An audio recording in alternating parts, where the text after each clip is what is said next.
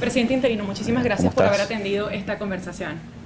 En primer lugar, usted el fin de semana hablaba de nuevos llamados de cooperación internacional con el tema, tanto de China como de Estados Unidos. Incluso le solicitó a su embajador en Estados Unidos, Carlos Vecchio, una reunión con el jefe del Comando Sur. En primer lugar, ¿qué tanto puede abarcar esta reunión? ¿A qué se refiere con esa cooperación o apoyo estratégico del Comando Sur? Tiene que ver con medios, con alternativas para Venezuela. A ver, lo que tampoco podemos confundir, y no lo hacen, por cierto, nuestros aliados, en este caso Estados Unidos, tampoco Europa o el Grupo de Lima, es confundir objetivos con alternativas, con medios, con vehículos para lograr los objetivos. ¿Cuál es el objetivo de los venezolanos hoy? Y nuestros aliados también. La democracia, la libertad, las causas justas, a través de una elección realmente libre, una vez cesada la usurpación, y construir una transición que significa reinstitucionalizar. En ese sentido, los venezolanos hemos hecho de todo, y también nuestros aliados, en cooperación. Recordemos la protección de los activos, recordemos las sanciones, recordemos también las grandes movilizaciones, no solamente durante el 2019, sino durante años hemos hecho los venezolanos, de haber construido mayoría, ganar el Parlamento. Todos esos han sido medios para lograr un objetivo. Y por eso también a veces los venezolanos dijimos, bueno, pero es que no hemos logrado, porque claro, lo que queremos es vivir con dignidad. Lo que queremos es vivir con libertad, lo que queremos es vivir bien en nuestro país. No solamente soñar con que regrese la luz a Venezuela, como ya está en este momento, que estamos hablando que no tienen energía eléctrica o que haya agua, por Dios, en pleno siglo XXI, sino también otra vez que el venezolano pueda tener acceso a comprar una vivienda, a comprar vehículos, a estudiar. Imagínate que eso hoy es en Venezuela. Entonces, en ese marco, cuando hablamos de cooperación internacional, es explorar todas las alternativas y todas las opciones, como también lo ha dicho el mismo presidente Trump en este caso, para lograr buscar una solución y orientada en los objetivos. En esa misma manifestación en la que usted hacía ese anuncio, mucha gente le gritaba lo que en Venezuela se conoce como el artículo 187. ¿Es una falsa creencia o puede interpretarse como una falsa promesa el que esa cooperación del Comando Sur pueda caer en apoyo con tropas, apoyo con militares? Es una alternativa, de nuevo. Aquí valdría la pregunta, ¿cuál es la mejor alternativa? Y yo decía en ese mismo sábado, por cierto, la mejor es la que sea más rápido. ¿Por qué? ¿Por qué más rápida? Porque ya hoy estamos pagando un gran costo social los venezolanos. Hay 7 millones de venezolanos en emergencia humanitaria compleja, muy compleja. Eso recientemente salió una portada en un diario europeo que refleja un rostro de 7 millones. 7 millones en riesgo de muerte. Esta cifra, validada, por cierto, por el secretario general de la ONU, Guterres. Luego tenemos 4 millones de venezolanos en migración. Entonces, cuando decimos esto, es porque responsablemente tenemos que evaluar de nuevo todas estas alternativas. La mejor es la que fuera hoy, la que sucediera hoy. Esa sería la mejor, pero sabemos que para que eso pasara, de nuevo, llegamos hasta este momento donde construimos mayoría, donde el régimen mostró su verdadero rostro, se debilitó, se quedó sin gente, no respetan la Constitución, no lo reconoce el mundo, pero hace falta avanzar. Entonces, responsablemente hemos instruido a Carlos Vecchio para que explore y haga también un llamado a ese mensaje que hizo público el almirante Fowler, al cual le agradecemos, que estaría dispuesto, como lo han estado nuestros aliados, de colaborar con una solución a la crisis venezolana. Con relación al llamado que le hizo la diplomacia china de tratar de buscar una solución pacífica a la crisis venezolana, pero desde el grupo de contacto, ¿qué tanto interés puede tener China, que ha sido el principal salvavidas del Ejecutivo venezolano, con préstamos que ascienden los 50.000 millones de dólares, en apoyar la opción que usted propone y no seguir respaldando al presidente en disputa, Nicolás Maduro? Bueno, de hecho lo que dije fue que recibía con alegría el mensaje que hiciera el gobierno chino, porque fue el canciller de China y el portavoz de Beijing que se pronunciaran en pro de una solución a la crisis que vive Venezuela. Y en la última comunicación lo decían que, bueno, que pareciera que a través del grupo de contacto se pudiera aproximar esa solución. Entonces, incluso hoy, China, que en algún momento se dijera que financió, y hizo como lo hizo proyectos en Venezuela, que por cierto no le prestan un nuevo dólar a Maduro desde el 2016 porque nunca fue aprobado por el Parlamento Nacional. Siempre respetaron al Parlamento. Yo sé que hay que decirlo en ese sentido. Entonces, ya incluso China hoy se pronuncia claramente a favor de una solución. ¿China tiene miedo de que no le paguen? Creo que el problema con China no es que no le paguen en todo sentido. Hay un superávit en esa economía bien amplio. Yo lo que creo que tiene que ver es con con la palabra empeñada, con el reconocimiento, por supuesto, de todos los contratos y las alianzas a futuro. Que creo, si me preguntas, que creo que va más por ahí que por otra cosa. Han pasado ya 2 semanas desde esa sublevación militar en la base aérea La Carlota y muchas han sido las teorías que se han girado en torno a ese día. Usted manifestaba que algunas personas que se comprometieron a hacer algo al final no lo hicieron, pero ¿ustedes sienten que ustedes también le fallaron a ese grupo o no? No, nuestro compromiso con Venezuela, nuestro compromiso con procurar la transición, con que cese esta tragedia que estamos viviendo los venezolanos. Y a ese grupo, a esos venezolanos, a todos seguimos aquí insistiendo. No solamente, y no lo vamos a dejar de hacer, hay que insistir ahora con un grupo importante que son las Fuerzas Armadas. Porque independientemente de su participación de cara al cese de la usurpación, que pudiera facilitar muy rápido, además, el proceso, va a tener que ver con la transición y con reconstruir Venezuela. Porque independientemente de lo que pase hoy, vamos a tener que ejercer soberanía en Venezuela. Porque hoy la situación en la frontera es muy delicada.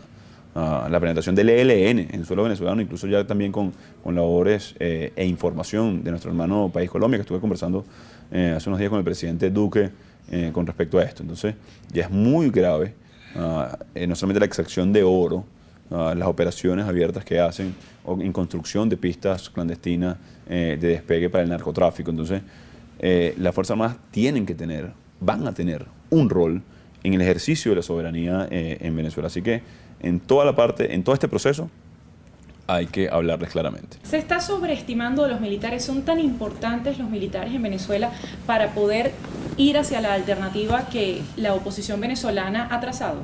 Sí, es fundamental. Es fundamental como proceso de cara al de nuevo, el cese de la usurpación. Yo creo que hoy es obvio quién sostiene, o los pocos que sostienen todavía a Maduro, tanto que tienen que traer militares cubanos para vigilar a los militares venezolanos, como lo dijo en una locución hace 4 o 5 días, que se le chispoteó, dijo él, no fue así.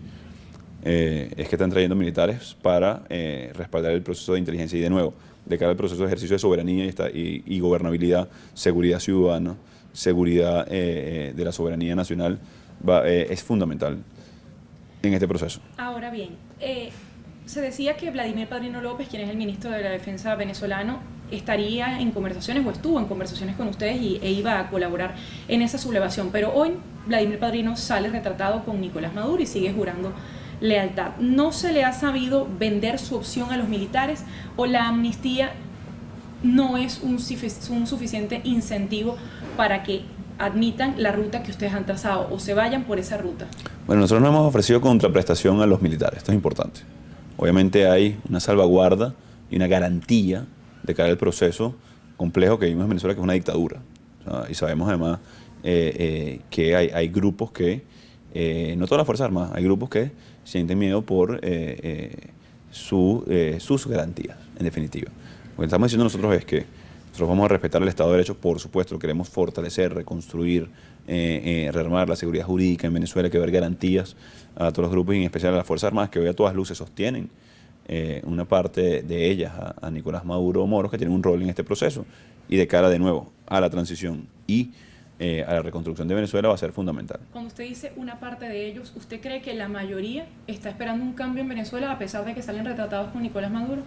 No lo creo, estoy absolutamente seguro que la mayoría del país y la mayoría de las Fuerzas Armadas están desesperados, no solamente esperando, están desesperados porque se produzca un cambio en Venezuela. ¿Y si los militares no ceden, los venezolanos están condenados a seguir con Maduro durante los próximos años, con Maduro o quien quiera que sea la nueva figura del chavismo? Los venezolanos tenemos muchas alternativas.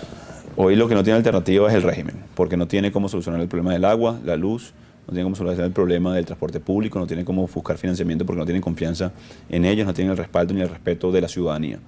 Los venezolanos tenemos un solo problema, que es la dictadura representada en Nicolás Maduro Moros. La dictadura tiene miles de problemas, a por miles se cuentan los problemas de la dictadura, por querer preservar sus intereses y tratar de generar miedo en la ciudadanía. Voy a poner un ejemplo sencillo. Hoy, en el caso Negado, que quieren cerrar el Parlamento Nacional, me quieren secuestrar a mí incluso y a todos los dirigentes de la oposición. A todos nos meten hoy en una celda, incluso a los venezolanos más contestatarios y que más van a la vanguardia de la lucha. Los periodistas los cierran, los censuran en todos los canales. Mañana Maduro no puede solucionar un problema del venezolano por una simple razón. Sigue en el poder. Por una simple razón, pero no ejerce, no gobierna. no soluciona problemas, no atiende al ciudadano. Entonces, el problema va a ser cuándo vamos a ganar los venezolanos. Queremos ganar pronto, queremos salir de esto ya, que solamente queremos soñar con recuperar nuestros derechos esenciales para vivir, sino poder tener una familia y poder comprar en algún momento una vivienda y poder tener un vehículo y poder disfrutar con nuestra familia. Muy poco, les digo. Eso sí, ¿cuándo va a tomar? Muy poco a los venezolanos, porque ya no solamente estamos hartos como venezolanos de esta situación, sino que hemos construido las capacidades, que tenemos las alternativas internacionales de cooperación, que tenemos la alternativa y claramente está la división en la Fuerza Armada, en que queremos que se una en torno a la Constitución.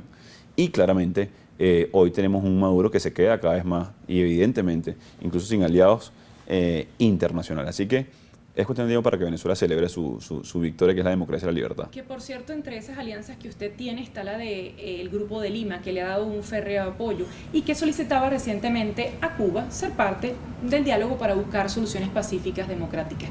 ¿Qué tanto puede jugar Cuba a su favor? ¿Qué tantas garantías se le pueden dar a Cuba para que trace una ruta para que Venezuela vuelva a la democracia? Y en otro caso, si Cuba está apoyando con militares, ¿qué interés tiene de que esta crisis en Venezuela se solucione?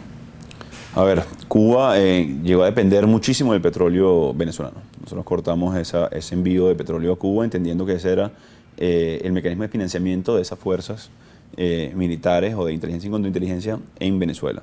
Eso ha llevado a varias etapas. Las sanciones gracias a nuestros aliados, a las aseguradoras y a las empresas de transporte, y se ha limitado muchísimo ese envío. No ha sido suficiente. Así que el Grupo de Lima está agotando los esfuerzos entendiendo que no son de buena fe, porque si fueran de buena fe, ya habría pasado. O sea, ya no estarían soportando una dictadura que ayudaron a construir, además, soportando con técnicas, con mecanismos, con inteligencia, con persecución. Lo que te están diciendo nuestros aliados es que no te metas más en Venezuela, que no solamente ya es un problema venezolano, sino de toda la región, que los venezolanos quieren decidir libremente. Así que no es una petición alegre, sino una exigencia de países latinoamericanos a un país para que no siga entrometiéndose en Venezuela. ¿Y usted cree que lo van a aceptar toda vez que siguen enviando no solo los militares que el mismo Nicolás Maduro decía durante una locución, sino los convenios de cooperación que tienen en otras áreas? Miren, no esperamos que sea de buena fe. Tanto no lo esperamos que cortamos el suministro de petróleo, solicitamos ayuda a nuestros aliados para hacer efectiva la medida, entre otras cosas. Hemos denunciado claramente la presencia de inteligencia y contrainteligencia. Es decir, de nuevo, no va a ser de buena fe. Estamos agotando todas las vías para que esto pase, cortando el suministro de petróleo, hablando con nuestros aliados, que el Grupo de Lima, que tiene una posición muy dura en contra de la dictadura, les diga que no se metan más en Venezuela. Así que creo que está claro, pero también está claro que es un soporte. Entonces, si le quitamos ese soporte, por supuesto también ayudaría a la transición. Que por cierto, volviendo al tema del alzamiento militar del pasado 30 de abril, ¿siente usted que el que no se hayan cumplido los objetivos que tenía un grupo de la población jugó en contra de su liderazgo, que hoy las personas no lo están siguiendo? Es decir, un grupo de la población está decepcionado de la ruta que usted ha planteado. Por ejemplo, hemos visto concentraciones que cada vez son más escasas de ciudadanía. Mira, nosotros tenemos de nuevo años en este proceso. Yo pudiera contar desde el movimiento estudiantil a la fecha, pero ya sería mucho tiempo ya. Pero recientemente, del 2014 a la fecha, lo que hemos hecho es sumar, es construir mayoría, es ganar legítimamente con votos, a pesar de que vivimos una dictadura y trataron de anular el Parlamento Nacional. Entonces no es que en el 2019 han habido grandes movilizaciones como las han habido de manera impresionante y en todos los estados. Creo que lo relevante del 2019 es que eran simultáneos 50 lugares, 53, 93, por decenas. Pero eso pasó en el 2014, pasó en el 2015, pasó en el 2016, pasó en el 2017, pasa en el 2019. No va a dejar de ser así para el venezolano. ¿Pero creo que su popularidad está en riesgo en este momento? Es que esto no es un tema de popularidad, esto es un tema de derechos fundamentales. Y nosotros entramos, y lo dije desde el 5 de enero, esto no es un tema de Juan Guaidó, esto no es un tema de un partido político, esto no es un tema de un sector de la sociedad, esto es un tema de Venezuela, esto es un tema de vida o muerte, esto es un tema ya existencial para los venezolanos. Así que eso no está en riesgo, porque somos mayoría los que queremos cambio. Vamos a seguir siendo mayoría los que queremos. Vamos a ser mayoría los que queremos cambio. Tenemos el Parlamento Nacional, tenemos también el respaldo internacional. Así que los que crean que esto es un tema de popularidad se alejaría del real funcionamiento y creo que eso está absolutamente intacto. Que por cierto, el pasado 23 de febrero, cuando se intentó ingresar la ayuda humanitaria, hubo un grupo de oficiales de la Fuerza Armada que cruzaron al lado colombiano apoyándolo a usted. Muchos de ellos han considerado que han sido desatendidos e incluso no quieren ser refugiados en Colombia, sino ser una suerte de Fuerza Armada en el exilio. ¿Qué opciones se le está dando a esos militares que están hoy en Colombia? ¿Y se ha podido usted comunicar con ellos? La Voz de América conversó con algunos de los militares que hoy están en Colombia y dicen que muchos de ellos, o algunos de ellos, están a su suerte en este momento. No, ahí hay 1.634 personas, de las cuales casi 900 son militares, el resto son familiares de militares que decidieron migrar con sus familias y ponerse del lado de la Constitución. Eso es lo primero. Luego, ya son varios días de que eso sucedió y lo que hemos visto, eventualmente, son entre 104 y 110 que están en uno de los lugares donde tienen residencia, en este momento en Cúcuta, por lo que implica la manutención ahí, que se ha ido resolviendo gracias a fundaciones, gracias al gobierno colombiano, gracias a apoyo de mucha gente que hemos logrado tener esos funcionarios ahí. ¿Qué estamos haciendo en lo inmediato? Se va a firmar un convenio con Colombia para regularizar el estatus migratorio de ellos, para que puedan incluso trabajar mientras cesa la usurpación, que esperemos que sea muy poco tiempo, donde también van a poder tener manutención en materia de vivienda y alimentación. Y creo que de los migrantes venezolanos, de los casi 4 millones que están en una situación muy similar, creo que son de los que tenemos mejor por lo que representan para la Fuerza Armada. ¿Está Colombia tranquila con 1.634 militares que quizás no tienen en este momento qué hacer? ¿Eso no le está generando problemas con el gobierno de Iván Duque, tener una Fuerza Armada que está en este momento no en Venezuela, sino en Colombia?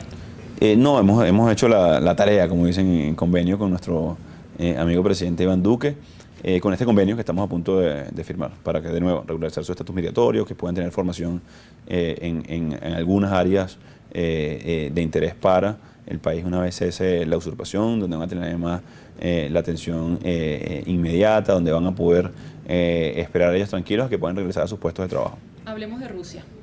Mike Pompeo se va a reunir nuevamente con el canciller Lavrov. ¿Tiene usted algún conocimiento de lo que se pueda discutir con relación a Venezuela? ¿Rusia quiere remar para su lado? Rusia tiene legítimos intereses en Venezuela. Eso es lo primero que debemos decir.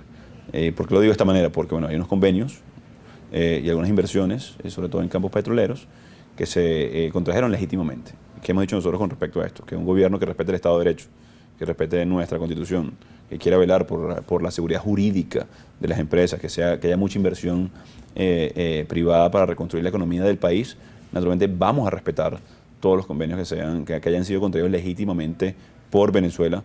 Eso incluye, por supuesto, los de Rusia.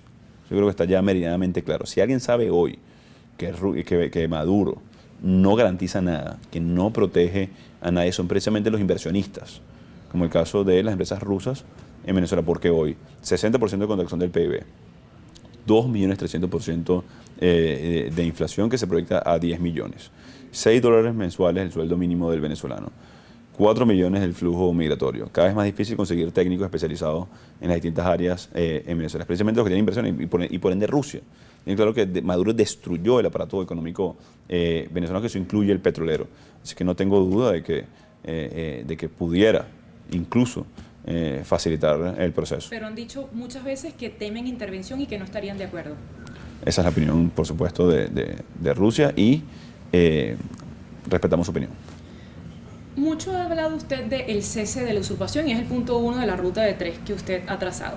Si la usurpación no cesa este año, si usted el año que viene sigue siendo presidente interino y toca que cambie la asamblea, ¿cuál cree usted que es su destino? ¿El exilio, la cárcel o seguir haciendo oposición, seguir siendo presidente interino? Yo hace mucho tiempo, en mi caso, decidí dedicarle mi vida al servicio público. Eso lo he hecho desde que estoy en la universidad, desde que formamos un centro de estudiantes, desde que decidimos colaborar en nuestro entorno, facilitar y que nuestra gente viviera mejor. Primero en nuestra universidad, en nuestra facultad, en nuestra comunidad y hoy en Venezuela. No, eso no ha cambiado y mucho menos ahora que tengo un gran compromiso. ¿Teme la cárcel solamente si esto no se resuelve este año? Ya he estado secuestrado ya 2 veces por este régimen en 2 oportunidades. Temo que Miranda Eugenia, mi hija, quiera vivir, o perdón, no quiera, no, nadie quiere vivir de esta manera. Crea que es normal vivir sin salir de tu casa, sin poder tener amigos porque se fueron del país, sin poder abrazar a tu familia porque no está, sin poder tener una aspiración de vida y sus sueños cumplidos en su país. Ese es mi temor, no el riesgo latente que existe de, por supuesto, cárcel, incluso la vida. Me están indicando que nos queda poco tiempo, pero no me quisiera despedir sin hacer varias preguntas que nos quedan y son poquitas. En el caso de que la eventual transición se dé, ¿hay piezas maduristas, hay piezas del chavismo que están dispuestas a conformar con un gobierno con usted? Por el contrario, si usted los invitaría a los maduristas o chavistas. Bueno, yo creo que eso se ha hecho cada vez más obvio, no solamente por, voy a hacer un recuento breve, de 2 años hacia acá: Luis Ortega Díaz, Miguel Rodríguez Torres, activos en este momento. Hugo Carvajal, general de división Christopher Figuera, general de división de la aviación que estuvo en una empresa mixta en Cuba. Cada vez las voces más disidentes y del chavismo que llaman ahora crítico. Ojo, estoy hablando de 2 años a la fecha. Pudiéramos hacer, bueno, un recuento del desprendimiento que ha tenido el chavismo. Yo me reuní en lo personal con ministros que vienen a haber sido lo que llaman el chavismo crítico. Esto es el entendimiento de que todos somos necesarios en sociedad. Mal pudiéramos nosotros hacer de negar a una parte del país que existe, que va a existir y que está ahí. Por el contrario, debe haber garantías de democracia, de participación, siempre y cuando no estén incursos en violación de derechos humanos. Que, por cierto, las palabras amnistía y reconciliación causan escozor en algunos sectores de la sociedad. ¿Cree usted que esa amnistía y esa reconciliación pueden quebrar la justicia? Es decir, que no haya justicia para las personas que colaboren con la restauración de la democracia, es decir, personas que colaboren pero que han sido denunciados por otro tipo de crímenes, bien sea de lesa humanidad o crímenes. No hay reconciliación sin justicia, no hay paz sin justicia, eso lo hemos dicho siempre. Lo único que no es amnistiable o que no puede generar garantías son precisamente la violación de derechos humanos, es decir, delitos de lesa humanidad. Le preguntaba por cuál es su destino si la usurpación no cesa este año, pero si cesa la usurpación, el destino de Nicolás Maduro, actual presidente en disputa de Venezuela, ¿será la cárcel, el exilio o ponerse del lado de la oposición? Bueno, yo creo que Maduro ejerce como dictador, así que... Y un dictador merece cárcel, merece exilio. Así que Venezuela merece justicia, Venezuela merece paz, Venezuela merece libertad, prosperidad, progreso. Han habido muchos casos como esto en el mundo. O sea, podemos hablar de Pinochet, podemos hablar de Marcos Pérez Jiménez, podemos hablar de algunos otros. Así que el mejor destino es para Venezuela. Focalizar esto en un hombre, una persona, creo que sería un retroceso de cara de nuevo a los objetivos y los medios. No está definido el destino de Maduro en este momento, en caso de cesar lo que ustedes califican como usurpación. Está definido el de Venezuela, que va a ser de libertad y democracia. En Venezuela se usa mucho la conseja de el mayor pecado de un político es no aspirar.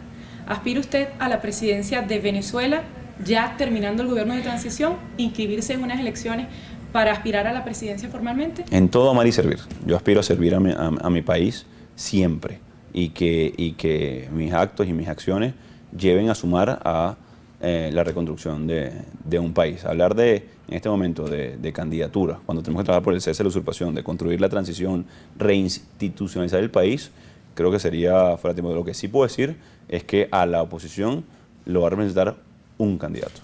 Usted tiene familia, tiene apenas 35 años. ¿Cuánto pesa el ser el presidente interino con apenas 35 años de edad? Es un gran compromiso que hemos asumido con responsabilidad, entendiendo el sufrimiento de nuestra gente, entendiendo también las aspiraciones, no solamente el sufrimiento, sino las aspiraciones que tenemos como sociedad, como venezolanos, como jóvenes, como los que queremos cambiar el rumbo de un país. Así que enfocado, lo importante es estar enfocado y pensar en las futuras generaciones. Y ya sí, para cerrar, la misma pregunta que hacíamos al comienzo. ¿Hay disposición de algún país de ofrecer tropas para Venezuela? Es decir, cuando se habla de todas las opciones están sobre la mesa, ¿es un titular solamente o de verdad todas las opciones están sobre la mesa, incluido apoyo militar? Bueno, eso sería responder por otro país, pero hemos escuchado al presidente Lenín Moreno de Ecuador hablando de la doctrina de Roldós, hemos escuchado al presidente Trump hablando de que todas las opciones están sobre la mesa, es decir, esas son las opciones, las alternativas que hemos escuchado directamente de presidentes aliados. Muchísimas gracias por haber sostenido esta conversación con nosotros, un placer.